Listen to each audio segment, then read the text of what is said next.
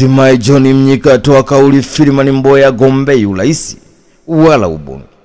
Katibu mkuu wa chama cha demokrasia na maendeleo Chadema John Mnyika amesema amewasiliana na mwenyekiti mstaafu wa chama cha demokrasia na maendeleo Chadema Freeman Mbowe na ameeleza kuwa hana dhamira ya kugombea urais, ubunge au uongozi wa chama chochote cha siasa katika uchaguzi mkuu wa mwaka 2025. John Mnyika ameendelea kusema kuwa natambua kuwa wachache walijiondoa chama cha demokrasia na maendeleo Chadema. Baadhi yao wamekuwa wakitumia jina lake kushawishi baadhi ya viongozi wa chama au wenye nia kugombea kujiondoa kwenye chama kwa madai kuwa anaunga mkono au anajiandaa kugombea urais kupitia chama kingine.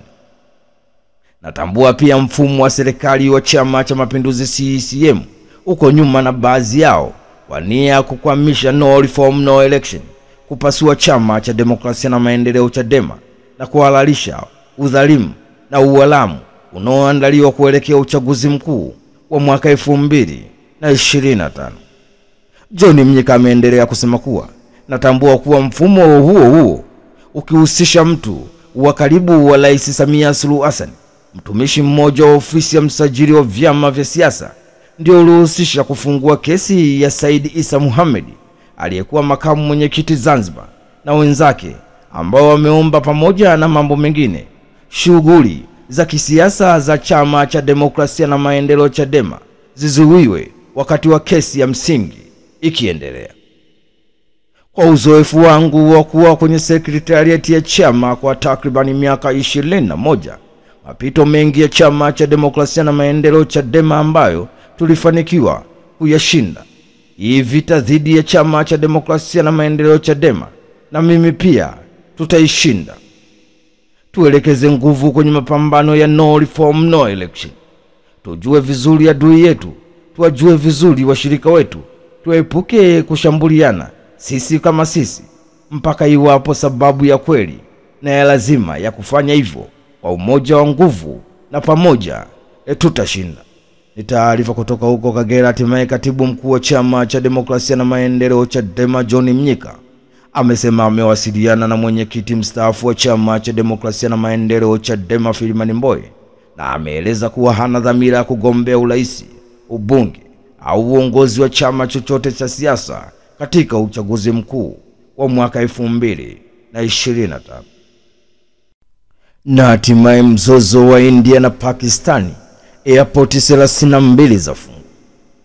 India imetangaza kusitisha safari za ndege kwenye viwanja vya ndege 32 nchini humo na imevifunga viwanja hivyo airport 32 kwa muda, pamoja na kufunga shule kwenye majimbo ya mipakani kama Punjab, Rajasthan, Jammu, Kashmir, kufuatia mzozo kati ya India na Pakistani ambapo umefikia kiwango kibaya, huku mataifa hayo mawili yenye silaha za nyuklia yakishambuliana kwa mizinga mizito, mashambulizi ya anga na kutumia drone katika eneo linalogombaniwa la Kashmir, ambapo hadi usiku wa jana mashambulizi ya piga ni kupige yalikuwa yakiendelea.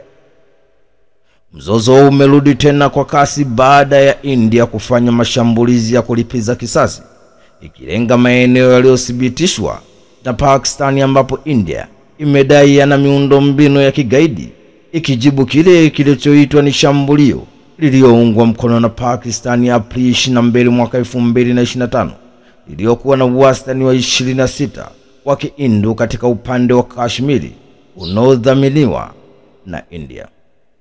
Mamlaka za Pakistani zimekanusha kuhusika na shambulio hilo na kudai kuwa maeneo yaliyolengwa na India sio kambi za waasi, na kusisitiza kuwa India imegundua ndege 5 za kivita za India.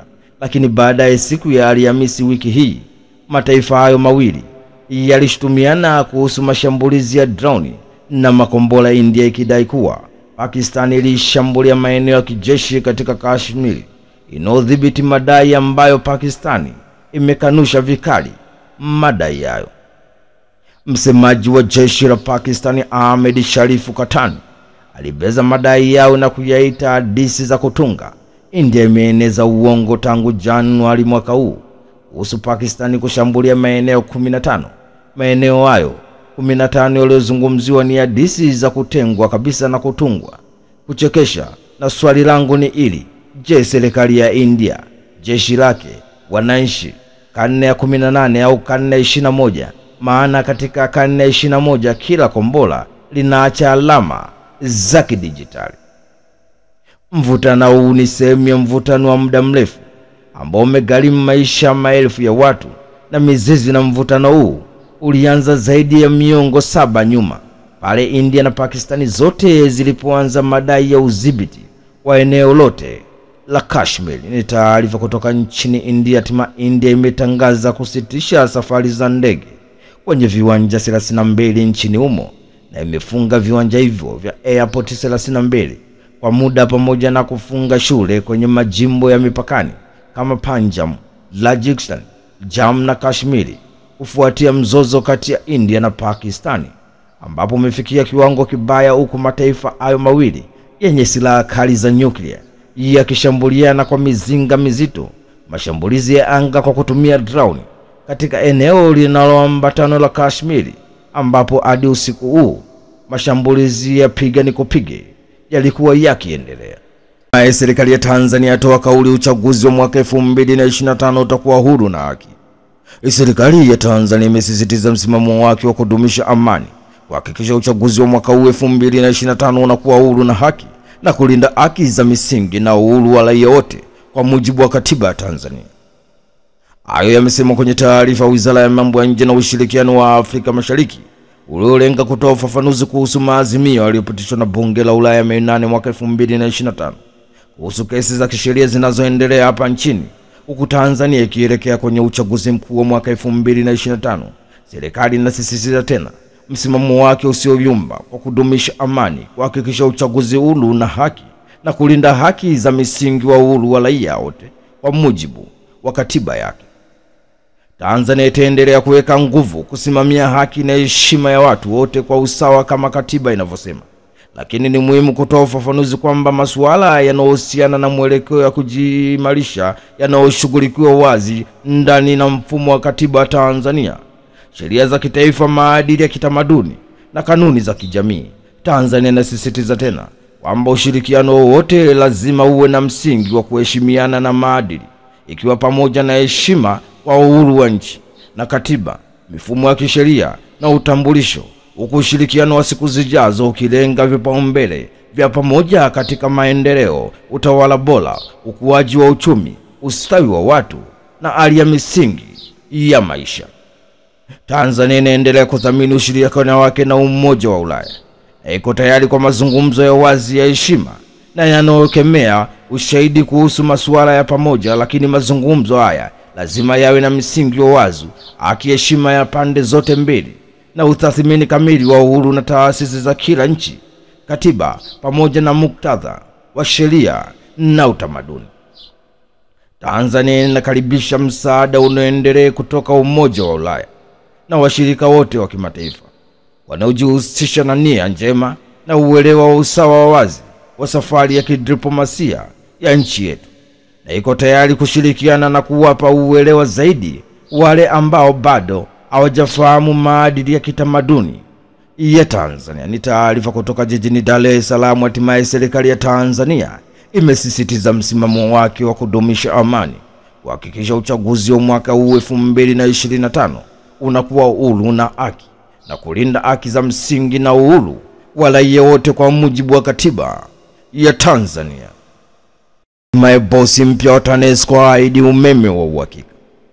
Mkurugenzi mtendaji mpya wa TANESCO Lazaro Twange ameahidi kuendeleza mazuri yaliyofanywa ndani ya shirika la umeme Tanzania TANESCO, na kuomba ushirikiano wa viongozi na wafanyakazi wa shirika hilo ili kutimiza azma ya serikali ya kuhakikisha Watanzania wote wanapata huduma ya umeme wa uhakika. Twange ameyasema hayo alipowasili rasmi katika ofisi za TANESCO zilizopo Ubungo jijini Dar es Salaam, ambapo alipokelewa na management ya TANESCO ikiongozwa na naibu mkurugenzi mtendaji utafiti mipango na uwekezaji CPA Renata Ndege. TANESCO imefanya mambo makubwa kwa kipindi cha miaka hii, na wapongeza sana na jitihada zenu. Nimekuja kuungana nanyi, na mimi ni mtumishi mwenzenu wananchi wanategemea sana huduma tutakayoitoa na shirika letu la umeme Tanzania TANESCO. Hii nina imani tutashirikiana kuyaendeleza mazuri yaliyofanyika na kuboresha maeneo mbalimbali ili Watanzania waendelee kupata umeme wa uhakika. Akiongea kwa niaba ya management, naibu mkurugenzi mtendaji utafiti mipango na uwekezaji CPL na Tandege amemkaribisha MD Twange na kumweleza kuwa ufupi mikakati mbalimbali inayoendelea kufanywa ndani ya shirika la umeme TANESCO na kuahidi kumpatia ushirikiano kutoka management ya wafanyakazi wote ili kufikia malengo ya shirika.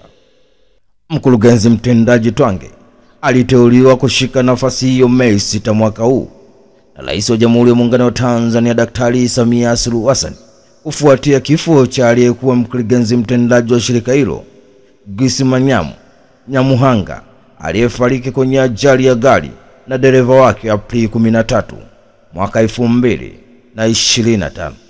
Ni taarifa kutoka jijini Dar es Salaam. Hatimaye mkurugenzi mtendaji mpya wa TANESCO Lazaro Twange ameahidi kuendeleza mazuri yaliyofanywa ndani ya shirika la umeme Tanzania TANESCO na kuwaomba ushirikiano viongozi na wafanyakazi wa shirika hilo ili kutimiza azma ya serikali ya Jamhuri ya Muungano wa Tanzania kuhakikisha Watanzania wote wanapata huduma ya umeme wa uhakika.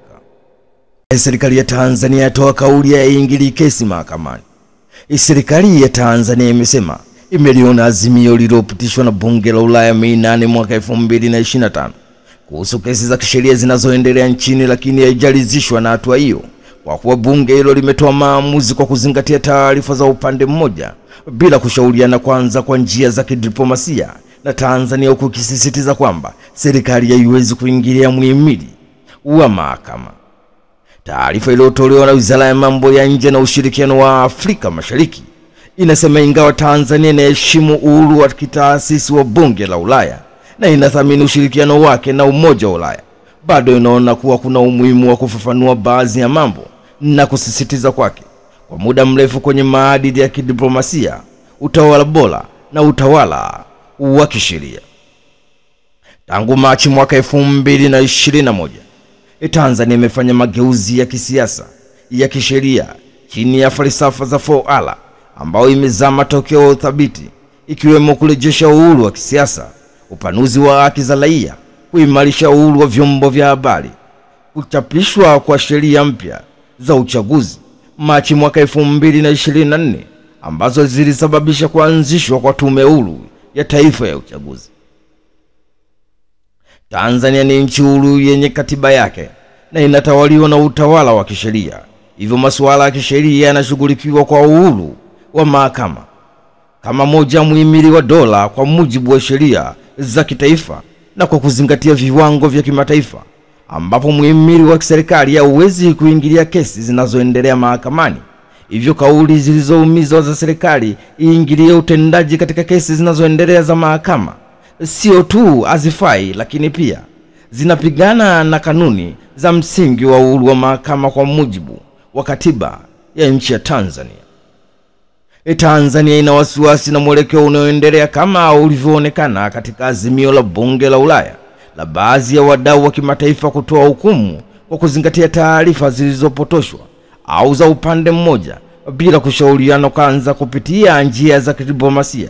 Kesi za kisheria nchini zinachukuliwa kwa uchunguzi wa kipekee, pia muendeleo yanayopatikana katika maeneo kama uhuru wa vyombo vya habari, ushirikishwaji wa kisiasa, mageuzi ya uchaguzi na ujenzi wa amani wa kikanda haijazingatiwa kwenye maoni ya bunge la Ulaya. Ni taarifa kutoka jijini Dodoma. Hatimaye serikali ya Tanzania imesema imeliona azimio lililochapishwa na bunge la Ulaya Mei 8 mwaka 2025 kuhusu kesi za kisheria zinazoendelea nchini, lakini haijalizishwa na hatua hiyo kwa kuwa bunge hilo limetoa maamuzi kwa kuzingatia taarifa za upande mmoja bila kushauriana kwanza kwa njia za kidiplomasia, na Tanzania huku ikisisitiza kwamba serikali haiwezi kuingilia muhimili wa mahakama.